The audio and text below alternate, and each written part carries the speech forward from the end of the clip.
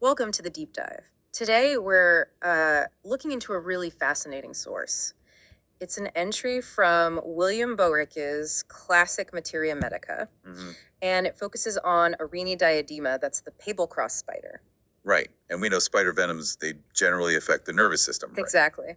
But this Boericke entry, it lays out a very, very specific pattern for this particular spider. It really does. So our mission today is basically to unpack what this source says is most important about it. Yeah. And when you look at Boericke on Arenea diadema, there are these like three things that just jump right out. Okay. This striking periodicity, a really profound coldness that nothing seems to help, and also a huge sensitivity to dampness. Right. The source kind of builds this whole picture around those points, and we're here to walk you through the key details it presents. So, like a detailed profile based on observations of its effects. Precisely. Okay, let's dive into those features then. First up, that coldness. You said profound. Yeah, Boericke uses the phrase cold to the very bones. And crucially, the source says it's not relieved by anything. It's just there, day and night, constant chilliness. And worse during rain, you mentioned. Yes, specifically worse when it rains, which ties directly into that dampness sensitivity. Okay. The source talks about something called the hydrogenoid constitution. Hydrogenoid constitution. What's that mean according to the text? Well, according to Boericke here, it's not just feeling cold in damp weather. It's described as an abnormal, like fundamental inability to handle damp and cold. So, like, can't live near water or damp places. That's what the text suggests, yeah, Yeah. an inability to thrive there. And interestingly, the source even links this constitution to being more susceptible to malarial poisoning. Huh. So, a whole systemic picture of being vulnerable to moisture and then the periodicity things happening at the same time each day. Exactly. The timing, the rhythm that's presented is really key here. Well, the text mentions things like colic returning at the very same hour, or that deep coldness, sometimes with a feeling like a stone in the abdomen hitting at the same hour daily. That clockwork timing. That's what Boericke emphasizes, yes. But it gets even more specific, right, with these really vivid individual symptoms. Oh, absolutely. Beyond those main themes, you get these almost hyper-real sensations described, Yeah. like the feeling that parts of your body are suddenly enlarged and heavier. Enlarged.